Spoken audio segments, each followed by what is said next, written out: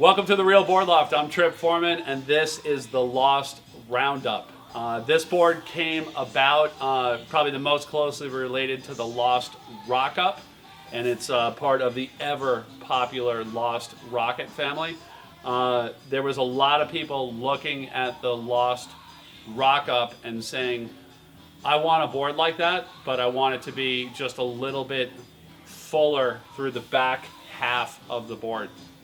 Open up the board to more turning and more ability to basically crank out like good solid turns on those barreling waves or bigger days where you get a part of the wave where you can do turns. So the Rock-Up is a great board and still is a great board for the biggest days of the year, for when there's current moving everywhere and you're just having to paddle against current. Like the Rock-Up will paddle like it's 5 liters bigger than what it is. It just motors through lineups and gets you into waves that you couldn't have caught on any other board.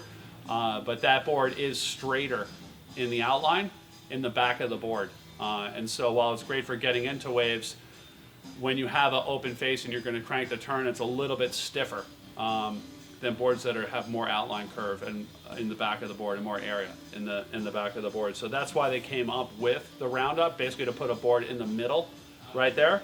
And I can tell you firsthand, like this is my own, this is a 6.3 Roundup, is that we have a wave here, the Cape Hatteras Lighthouse, the first jetty, has some incredible barrel sections as round or invertedly round as you could possibly get, so where you're going to want to have a board like this. But as round as that wave is, you still have sections that get flat in between the round sections. And this board allows you to do like full-on rocket style turns in between the barrels, but still work as well as a Rock-Up or similar or a performance shortboard in the barrels. So really good board as far as paddling, getting into the waves, fitting into hollow waves. You can see it has a little bit more nose area than a performance shortboard would, but not a ton, not like a bullet nose.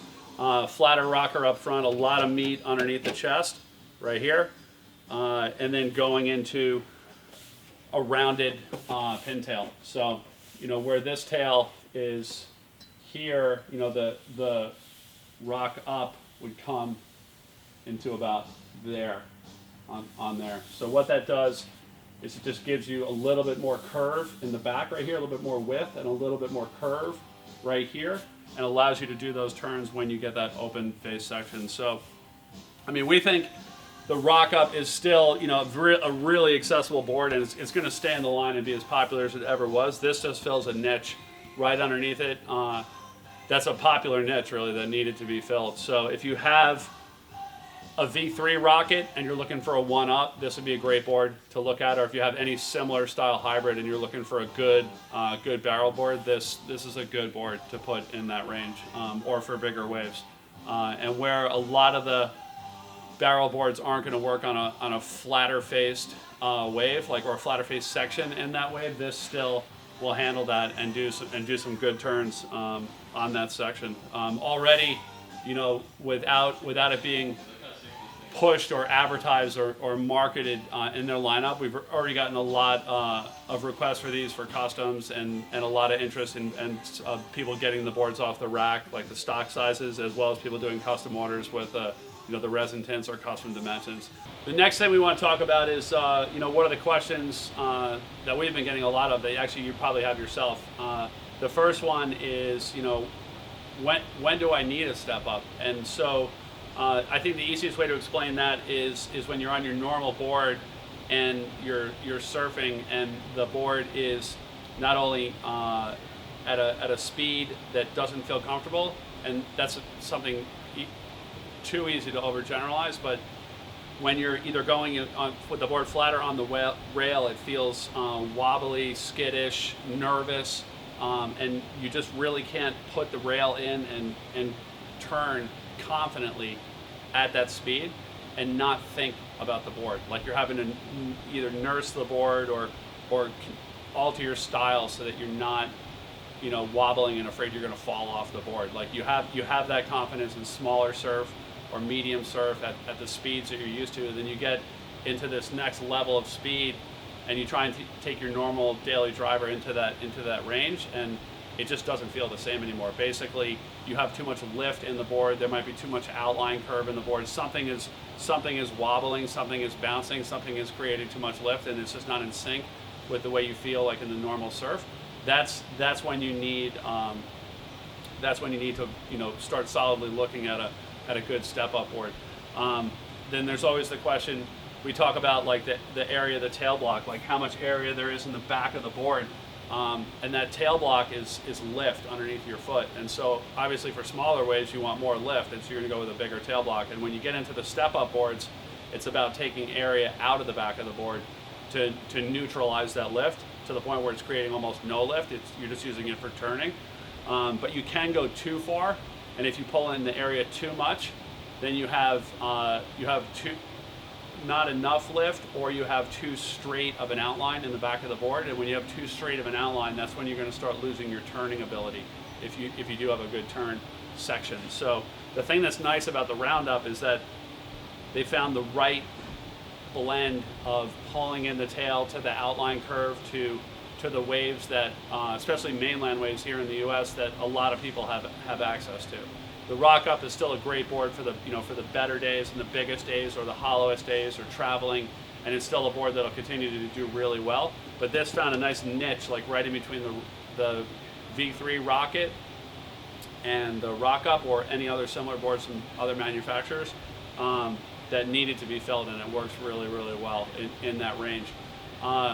When people who haven't seen this board hear about it and they ask us about it, they're like, hey, what is that board?